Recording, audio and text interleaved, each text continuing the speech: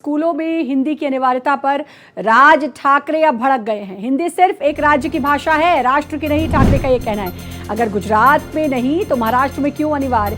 School के principal को पत्र भेज रहा हूं, राज ठाकरे ने कहा। छोटे बच्चों पर क्यों ये बोझ डाला जा रहा है? तो जैसा कि मैंने पहले भी कहा कि इस पर अब राजनीति होनी तय है और अब राज ठाकरे का यह बयान सामने आया है। राज ठाकरे ने कहा है कि जब गुजरात में नहीं तो फिर महाराष्ट्र में क्यों? हिंदी एक राज्य की भाषा है, हिंदी राष्ट्र की भाषा नहीं है। और जब बात महाराष्ट्र की आती है तो हमेशा ये देखा गया है कि मराठी लैंग्वेज को लेकर एक विशेष संवेदनशीलता है, एक इमोशन है, एक टच है वहाँ के लोगों का जो मराठी भाषा का ही इस्तेमाल करते हैं। और अब हिंदी की अनिवार्यता एक बड़ी बहस का मुद्दा भी इसमें छुड़ गया है और एक महाराष्ट्र की राजनीति में भी एक बड़ा मुद्दा। अभिषेक पांडे हमारे साथ, हमारे संवाददाता जुड़ गए हैं। अभिषेक, कुछ दिनों पहले भी ये मामला उठा था, अब एक बार फिर और हिंदी की अनिवार्यता कर दी गई है, हालांकि विकल्प भी उसमें रखे गए हैं। लेकिन सबसे बड़ी बात कि महाराष्ट्र में इस पूरे मामले को लेकर राजनीति होनी तय है, जो कि शुरू भी हो गई है। बिल्कुल, देखिए सामने महानगर पालिकाओं के चुनाव हैं। ऐसे में राज ठाकरे को लगता है कि मराठी मुद्दे पर फिर से लोगों को एकत्र किया जा सकता है और इसीलिए आज उन्होंने 3 प्रमुख चीजें कही हैं। सरकार को भी चेतावनी दी है।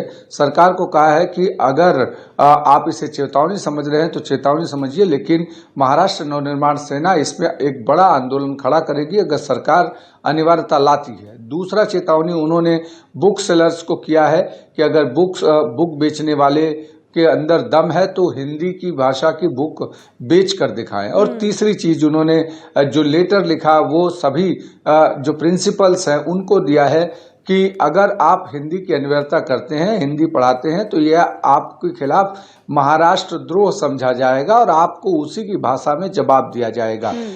ये 3 चीजें कही है, लेकिन उस पर ठीक मुख्यमंत्री ने अभी पलटवार किया है कुछ देर पहले और उन्होंने कहा है कि अंग्रेजी से इतना प्यार और हिंदी से इतनी नफरत क्यों है, जबकि ये विशेषज्ञों की टीम ने बैठकर 3 भाषा को लेकर के जो नियम बनाया उसको लेकर तमिलनाडु ने कोर्ट में इसका जिक्र किया। कोर्ट ने उसको डिनाइड किया और कहा कि अगर बच्चों को ज़्यादा लैंग्वेज सीखने का मौका मिल रहा है तो मिलना चाहिए और इससे बच्चों की माइंड डेवलप होते हैं।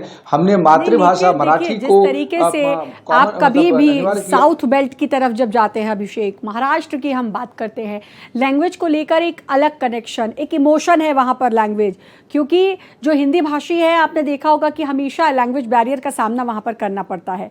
लेकिन ये बात भी तय है कि सबसे ज़्यादा बोले जाने वाली भाषा हिंदी है, हिंदी का सबसे ज़्यादा इस्तेमाल किया जाता है।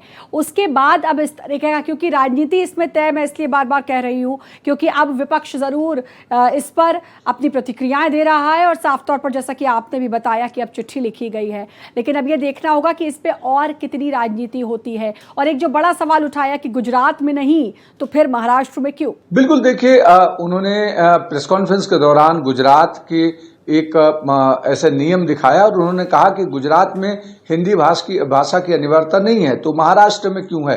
क्या केंद्र में बैठे लोग वो गुजरात से आते हैं, अगर वो अपने स्टेट में लागू नहीं करना चाहते तो दूसरे पे क्यों थोपना चाहते हैं? साथ ही उन्होंने सवाल खड़ा किया कि क्या मराठी भाषा को उत्तर प्रदेश, बिहार और मध्य प्रदेश की भाषा बनाई जाएगी? क्या उनको सिखाया जाएगा? क्या अगर नहीं सिखाया जाएगा तो हमारे यहाँ हिंदी इंक्रोचमेंट क्यों किया जा रहा है?